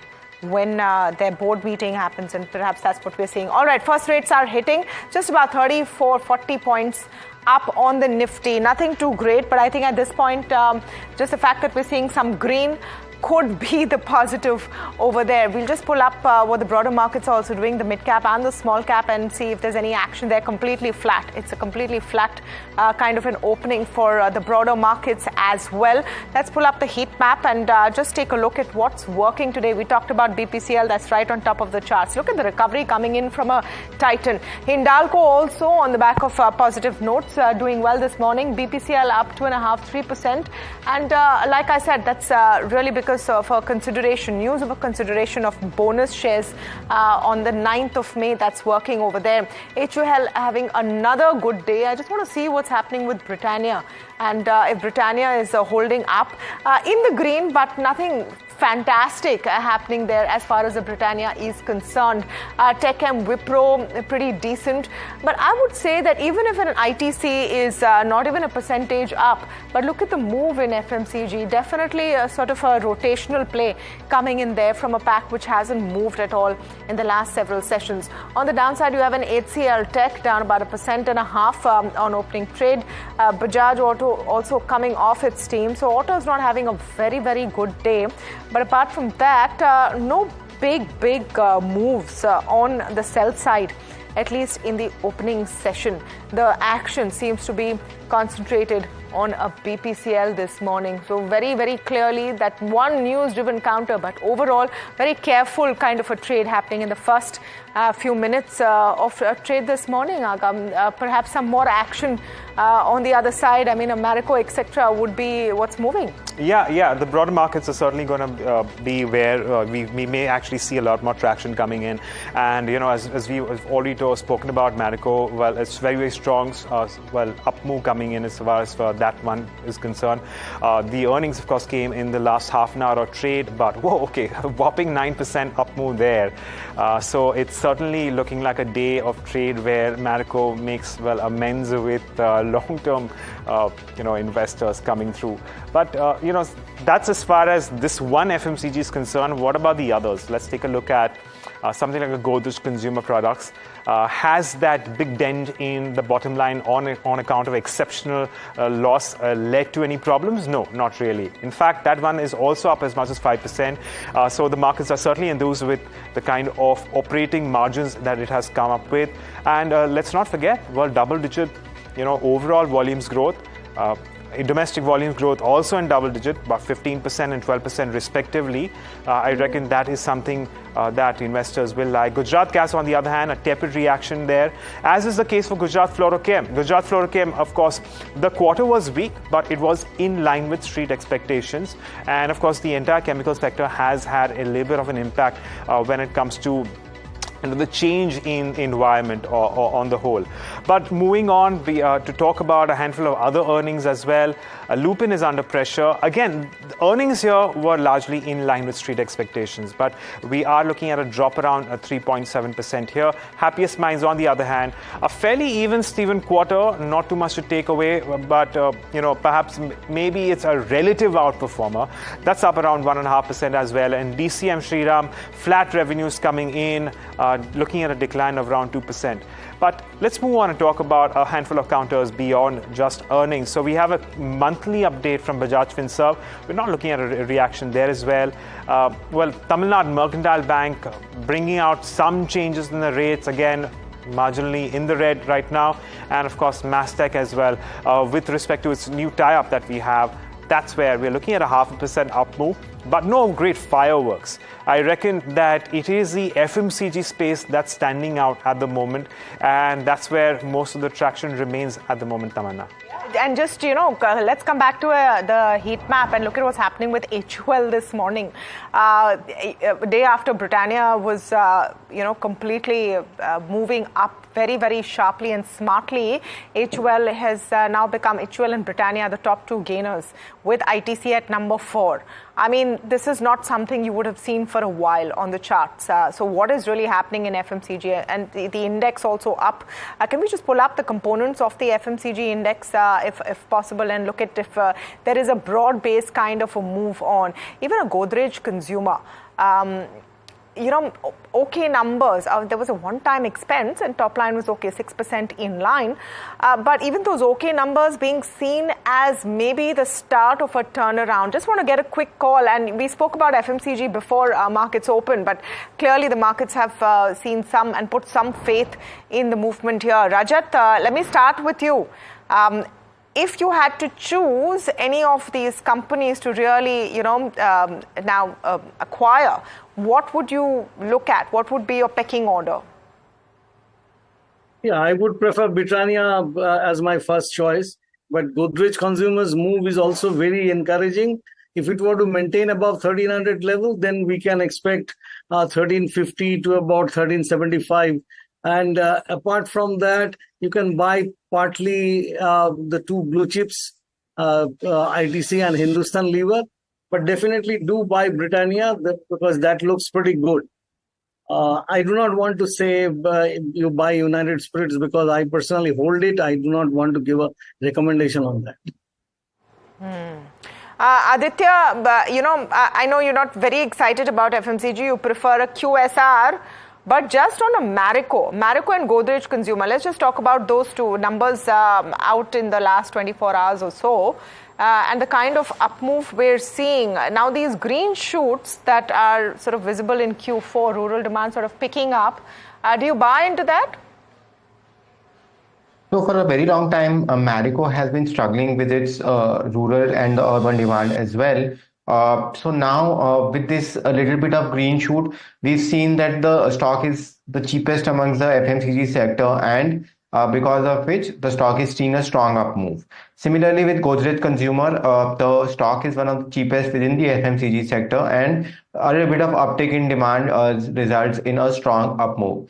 In my opinion, we need to wait for confirmation about what is going to happen over the next 2 to 4 quarters, and if this recovery in demand is real or is this one-off. So I would like to hear more of FMCG companies coming out and reporting their numbers before taking a positive bias on any of these two. Okay, that's that's a view on Marico. Let's also take up a handful of other counters which are actually buzzing in trade today and perhaps seeing a little bit more traction. Of course, given the fact that we've seen so much changes in oil in general, it has had to a little bit of a repercussion when it comes to some of your, or OMCs as well. Of course, BPCL is one of the key counters, key movers in today's day of trade. Rajat, anything that stands out for you for something like a BPCL or an IOC at the moment? Is there a potential trade at hand, or do you want to wait for certain levels here? First of all, I do not get enthused by bonus issues because this is actually bloating your capital. Your bonus does not mean anything these days. A split would have been better. Having said that, I would say that these stocks are looking good, but already the run-up has already happened. So I really don't think you should be getting into that. Compared to that, in FMCG, you can buy another quality stock that is Nestle. That's also showing traction. You can also look at Jubilant Food that is at 474. It has got the potential to move up to something like 490, 496 kind of levels. Of Jubilant Food, Aditya, if you can comment on the QSR sector as a whole. Now, this sector has not seen as much, well, should I say demand, which we've really not seen any reciprocation in its growth either with the kind of valuations it was going at about a few months ago. We continue to see weakness in a whole lot of these companies. That said, we're starting to see a little bit of more traction in broking notes, suggesting that could be an improvement in FY25 going ahead. Any of these QSR names that stand out for you, and what could the future hold? Last 1 year, 1.5, 2 years, we've seen inflation biting these QSR players big time. Cheese inflation for some pizza makers, or bread inflation for some of the other burger players. Now what we are seeing is the demand was also slowing down, and that was a really bad phase for all of these companies. Now we expect that the demand should slowly and steadily start to recover. We are seeing that a World Cup is also coming about, so that would also spur in a little bit of demand. And we are seeing companies like Zomato reporting a little bit of stronger traction on their orders, which is inherently a play on the QSR space as well. So all in all, I expect over the next 2 to 4 quarters, slow and steady recovery in demand. And companies like Burger King, companies like Domino's, or companies like McDonald's could be the real beneficiary of the slow demand pickup that we will really see. So positive, but not over a shorter period of time. Over a longer period of time, you need to keep faith in all of these companies, because as India continues to consume, as we've seen on the Zomato results, these companies will make more and more money. Okay. That's as far as your QSR space is concerned. The other space that we wanted to talk about was pharma. And again, I know Aditya, coming back to you, again, a slow and steady one where the results have been well, largely under the radar, because they all come up with mostly double-digit gains. But we've started to see an improvement in the sector, and also it's been one of the quiet movers. What's the way forward here? So the sector has reported very muted numbers. If you look at the API space, Laurus reported very muted numbers. You look at Lupin, they also reported steady set of numbers, nothing to complain about. In my opinion, in FY24 or in the whole year of 24, again, the muted numbers will come about, and only in 25 we will start to see traction where, for example, companies like Laurus have invested a lot in bringing online new facilities, which will come about only in the second half of this year. So in my opinion, it is going to be a slow and steady mover, the entire sector. And you have to be very company specific. Spaces that we really like are of the API space, the CRAMS and the CDMO space, and the diagnostic space. These are the 2-3 spaces that you need to really look at. For US generics, of course, the pricing pressure has eased a little bit, but the valuations for all of them are aggressive, be it a Sun Pharma, be it a Lupin now. So you need to be very careful. And of course, with US FDA coming in, that is an added compliance pressure for all of these companies. To be selective and look at companies where the compliance track record is really very strong. And I have shortlisted 3 subsectors, which is the API sector, which the CRAMS CDMO space, and the diagnostic space. Okay. Well, on that note, taking a moment to thank both our experts, Rajat and Aditya, for joining us and taking us through their views on the markets and what and how we can, in fact, approach them as we move into the next few days and weeks. But on that note, it's time to slip into a short break. And on the other side, we get you the management of IREDA, well, and lots more. So stay tuned. You're watching NDTV Profit.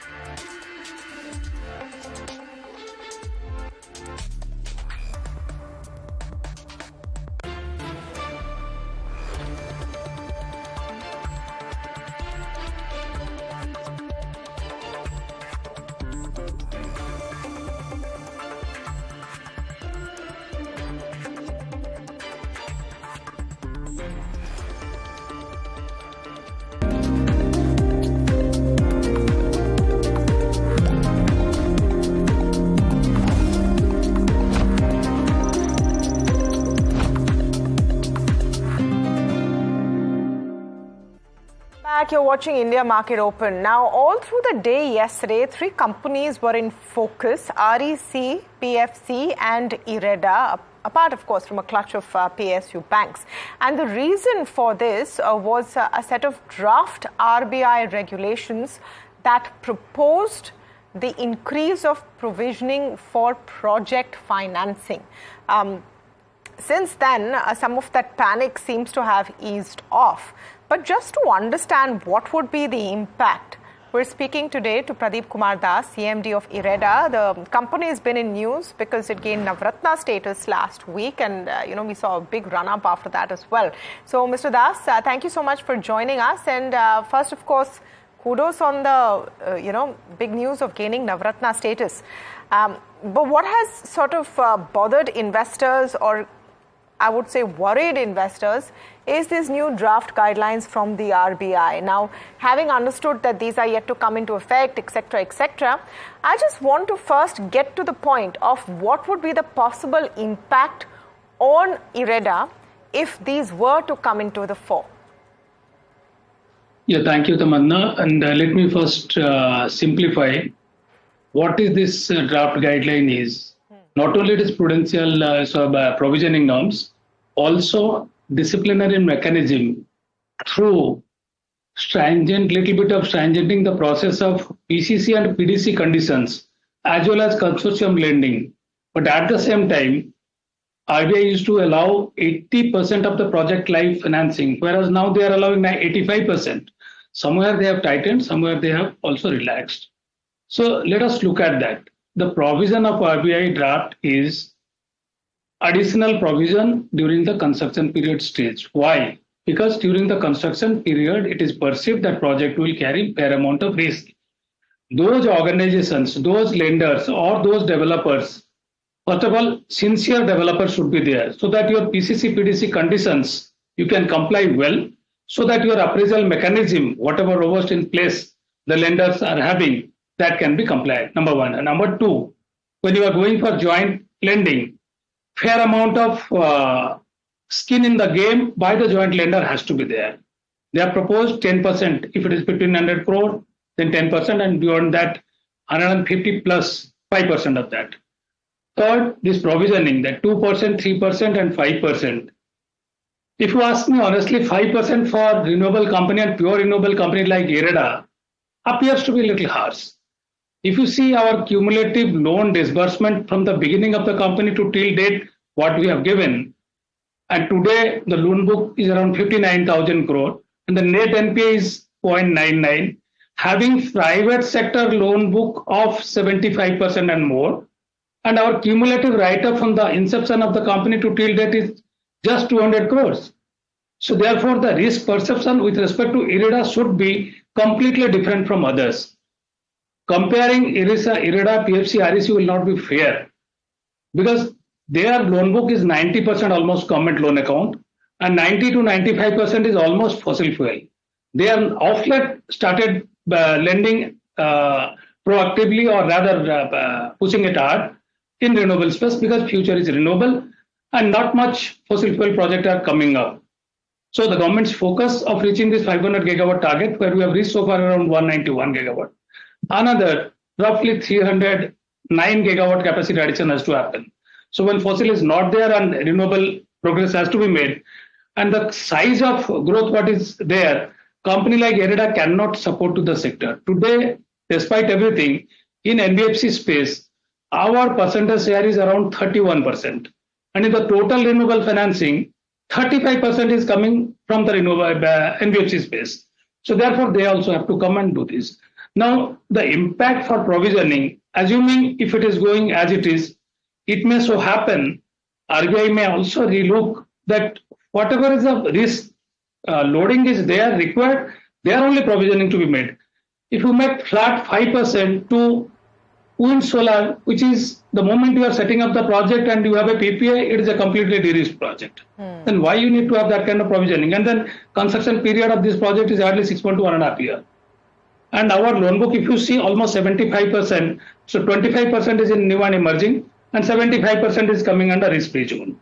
So therefore, the additional provisioning what we are going to have, assuming if it is adopted as it is, not significant. Okay, Mr. amount is Das, going to I just want to understand, when you look at these guidelines as someone running this business, now what next? Do you start building in mechanisms for a possible provisioning if this comes in? Do you start getting more picky and judicious to the extent of such projects that you pick up? I'm just trying to understand from your point of view, how does this impact your strategy? See, already the NBFCs is indirectly having this kind of provisioning mechanism because we are doing the provisioning through true and fair methodology, that is Ind AS adoption. So that expected credit loss methodology, it's a mathematical probability science, you can say, with respect to the risk perception, the project which is carrying, that is to be taken. Whereas banks have not adopted so far.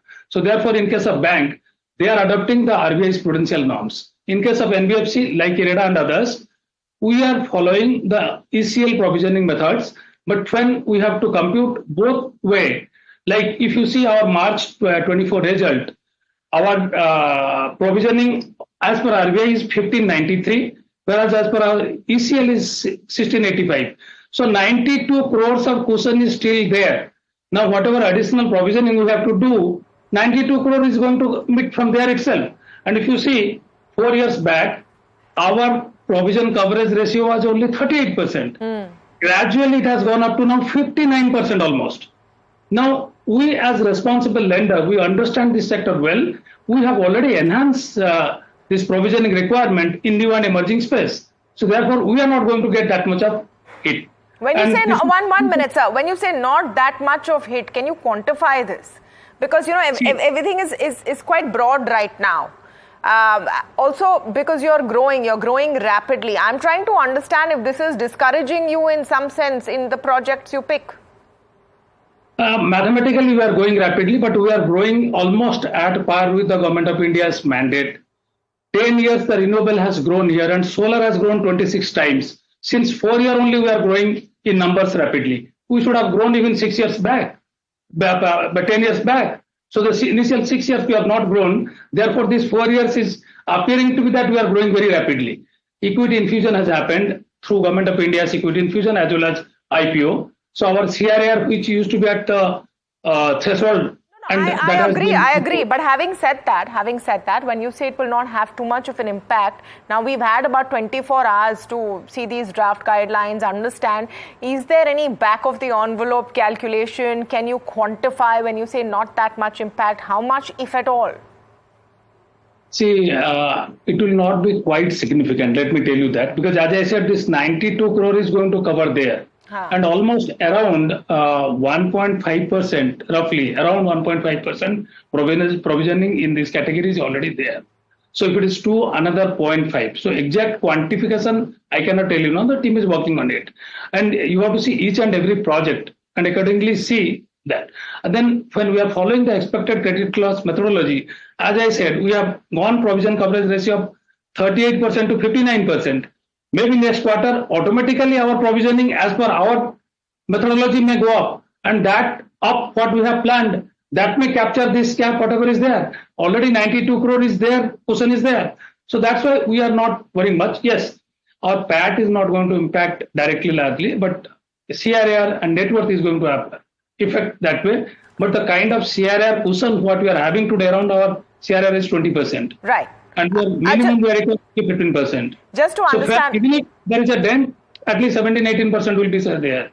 So that is not going to impact our business also. Okay. Just to understand, you know, the other big news and why you've been in the news in the last few days is attaining Navratna status. You also had a stakeholder meeting. I just want to understand, in terms of attaining Navratna status, how does it help? Does it help you in terms of cost of funds? What are the advantages which will reflect in your balance sheet?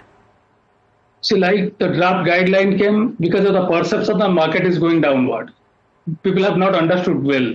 And it is a discipline mechanism. And if you work in discipline methodology, then definitely you are going to gain the return in the long run. Similarly, the perception of the moment we got Navratna, the perception on us is definitely gone up. And I'm sure we'll be getting some benefit, maybe 5-10 bps of cost of borrowing improvement will be there. And again, we have also requested Government of India to allow us to get that 54EC bond. Further, we are going to reduce borrowing cost there. So as far as we are concerned, Navratna will enable us fair amount of autonomy, and that will and the perception about us in the market. Already we are having quite strong perception about our positive way of doing business. You talked about stakeholder meet. Since 4 years, this concept started. Every quarter, we publish the result, and we publish earliest in the country in NBFC and banking space. And every quarter, we do full audits. And every quarter, we call for our borrowers meet. We call them stakeholder. We don't call them borrower because they have the stake in the company. And when they perform, our asset quality is going to improve. Our rating will improve. Borrowing cost will come down. We will pass on to them. So that cycle is there. And every quarter we used to do in a digital mode. So this time we did in between once in a physical mode. We used to get a lot of demand from our borrowers that please have a physical meeting. So we had a physical meeting on last Saturday, and 99.9% of our borrowers are quite satisfied the way we are doing. Certain inputs they have given to us, certain challenges they have shared with us. Those challenges with respect to a regulator like RBI or policymaker like Government of India or insurance authority like IRDA. So we capture those things, and our method of working is quite transparent. And we are working in a completely digitized environment. Our Irida Business Center, we are targeting to make it a zero paper. Almost hardly our earlier paper consumption, what we used to do, 98% has been reduced. That means our digitally we are progressing. And I think the way we have enhanced the digitization, the way we have enhanced the provisioning requirement, probably our thought is somewhere getting synced with the RBI. All right. Always great to speak with you, Mr. Das, and we hope to have you back soon.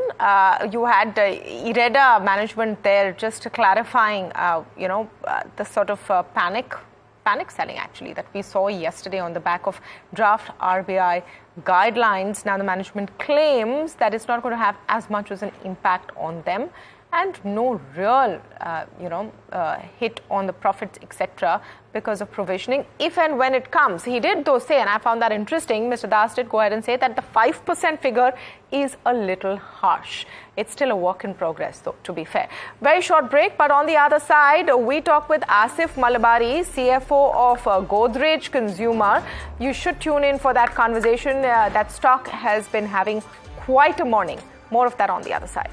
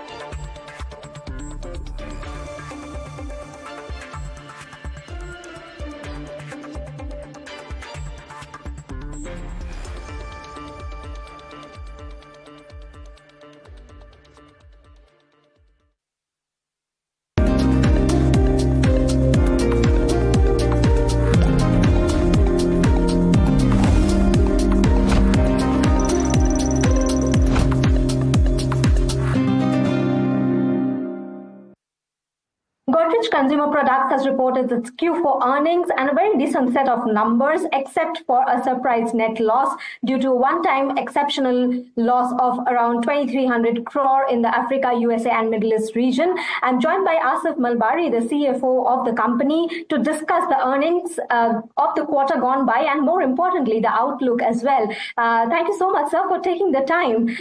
Could you help us understand a little better on the loss front? Sure. So thank you for having me on your show. Just to clarify, this is a loss which is impairment loss. We looked at it's an accounting loss. We looked at our carrying values. We kind of did a write down. It's a one-time loss. It's not really a cash loss from that point of view. The entire East Africa reorganization, which we completed in the last quarter, is cash positive to the company.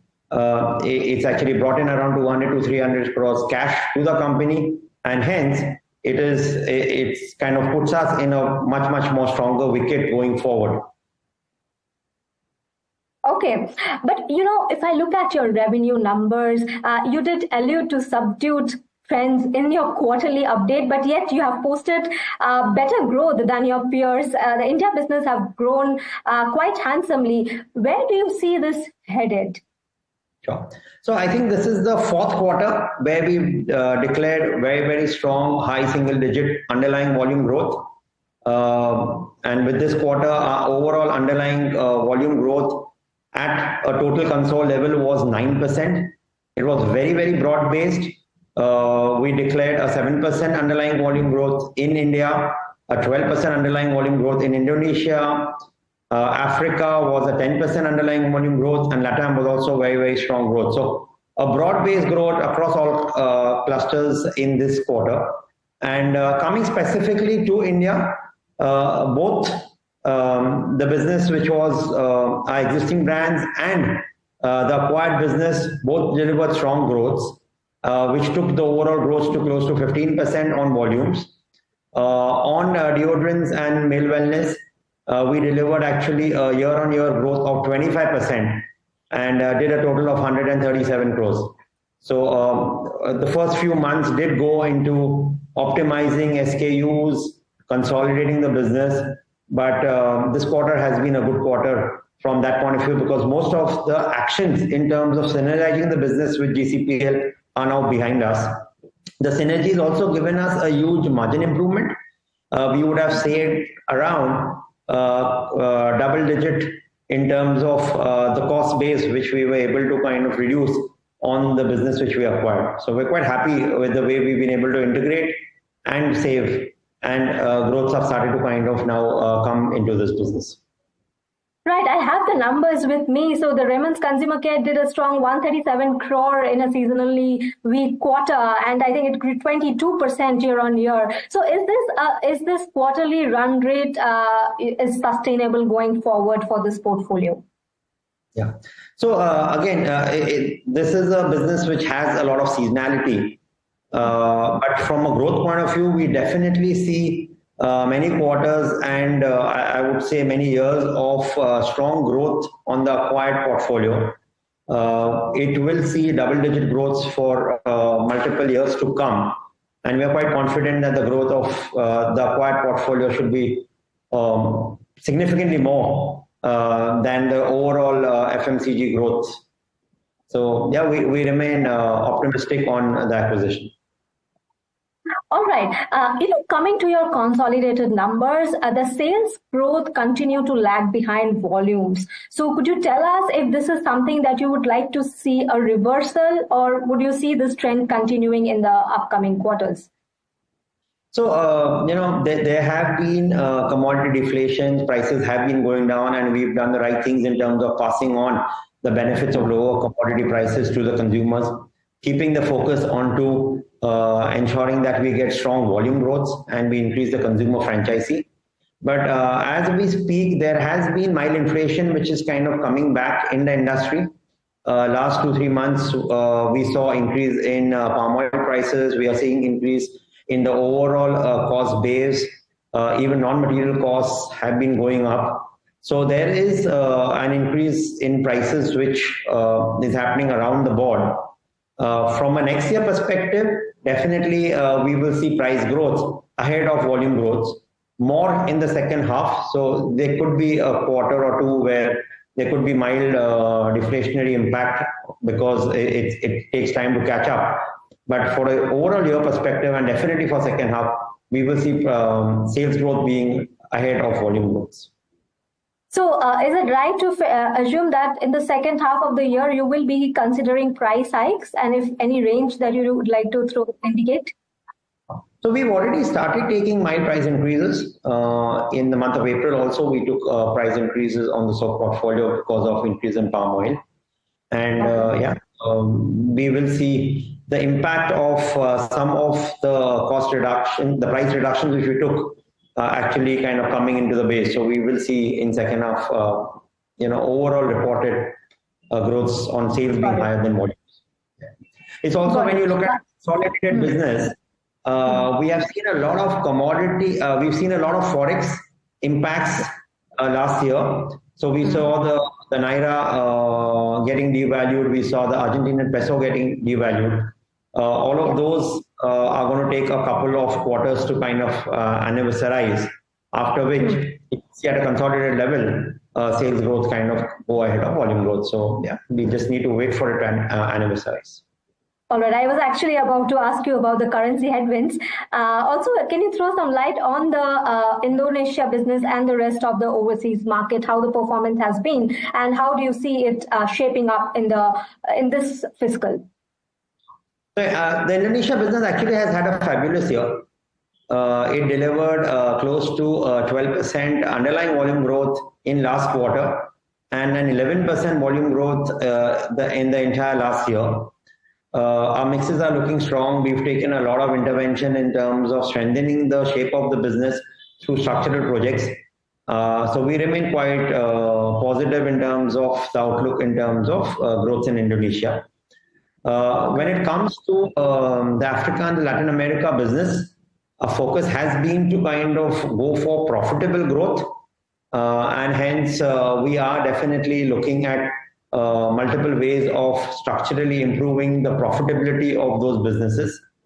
Some piece of the actions which we took in last quarter in terms of reorganizing the business, moving it out of GCPL and putting it to another entity to kind of run it and get a charge back and taking a kind of non-cash charge on a P&L are all actions towards building a profitable business.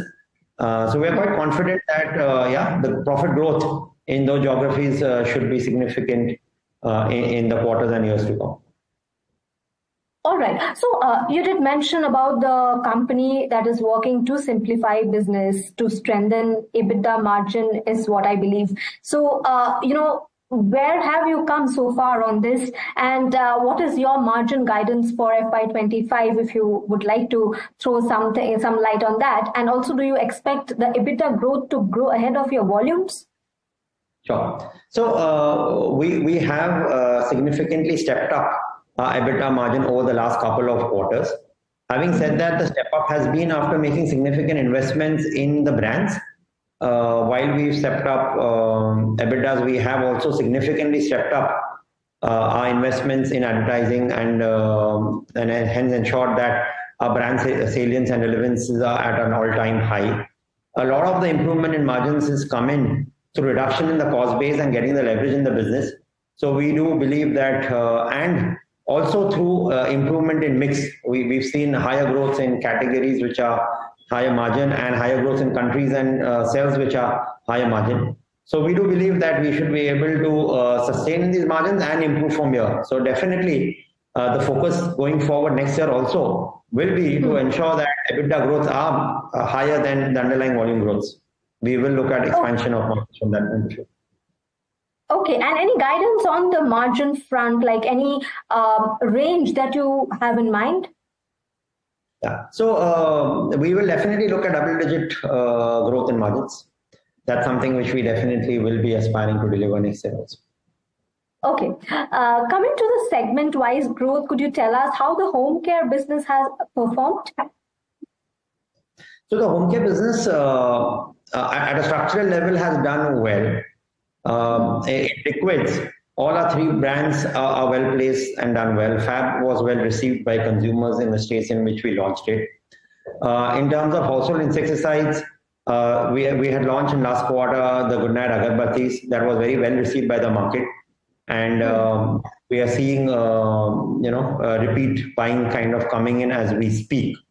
The overall, I would say, climatic conditions in terms of a shortened winter and delayed winter was not, I would say, very, very conducive to what one would have seen from a home care demand point of view. But we see that as a temporary piece, and with all the actions which we've taken as a company and some of the plans which we have, we remain quite positive, bullish about the demand environment going forward on home care.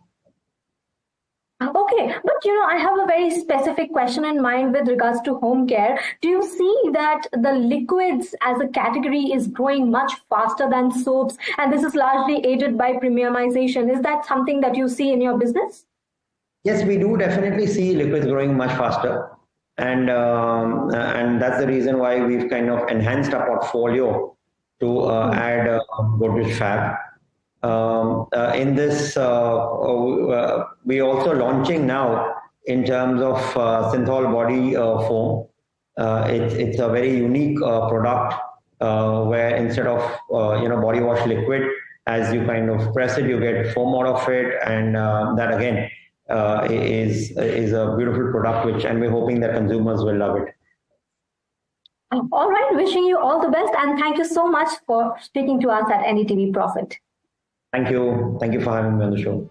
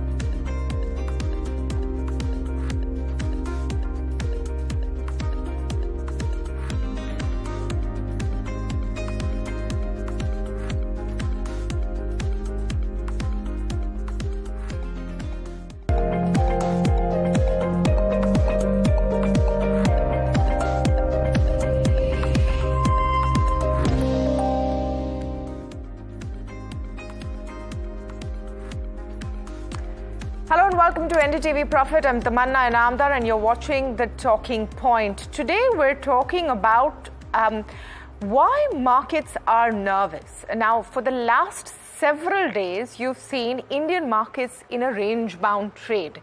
Now, ordinarily, that wouldn't be too surprising, but considering two factors, one wonders why the markets are panicking. The India VIX has been on a climb, and that's showing a bearish trend.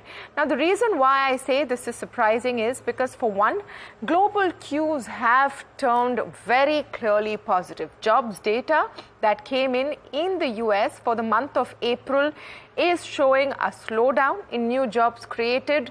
That kind of a commentary is pointing to the possibility of a Fed rate cut this year. In fact, the outlook and polls for 2 Fed rate cuts this year has increased to 66%. Now, whether that happens or not remains to be seen. So the global Q setup is looking more positive than it was, say, even a month ago. On the other hand, we are in the middle of another major factor or event, I should say, which is the Indian elections. We're in phase 3. But once again, that is something that the market has priced in for a while. So what is the fly in the ointment, if any? Is it maybe rich valuations? Is it corporate results? What is bothering the markets? To speak on this, I'm joined today by Andrew Holland, the CEO of Avendus Capital, Public Markets and Alternate Strategies. Andrew, welcome. Always a pleasure to speak with you on NDTV Profit, and great to have you back here again. Thank you, Tamanna. It's always a great opportunity for me, so thank you. All right. So let me start with you setting the context, and I talked a bit about it in my opening comments.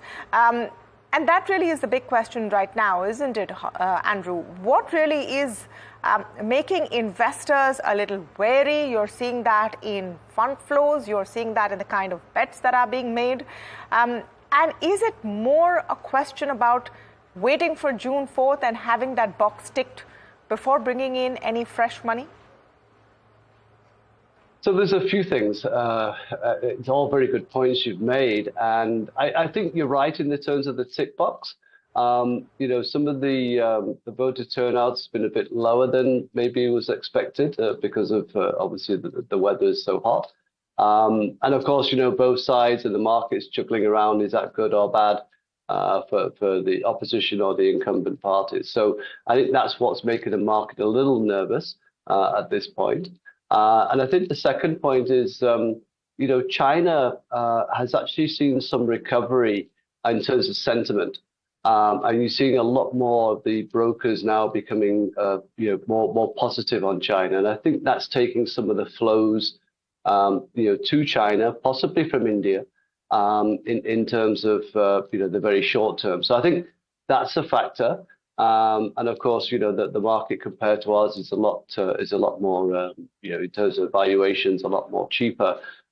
So I think people don't want to miss the China rise if it's going to happen. And India's had a great run, and we had the election. So sit on your hands, wait to see what happens, tick the box afterwards. I think the final factor has been the earnings season. And the two factors that we were looking at for the earnings season was, would IT and would banking kind of finally show that the kind of worst is behind us. And if that was the case, then obviously that would be a catalyst for the markets to move higher. IT, I think the jury's still out. I don't think it's reached bottom yet. And with interest rates likely in the US to be later in the year in terms of cuts, there's no tailwind. For the banking sector, though, I think that the NIMs seem to have normalized. And that's why we're seeing the banking sector outperform. But the final factor, which is kind of spooking the market in the short term, is some of the regulatory, kind of changes that the RBI is making.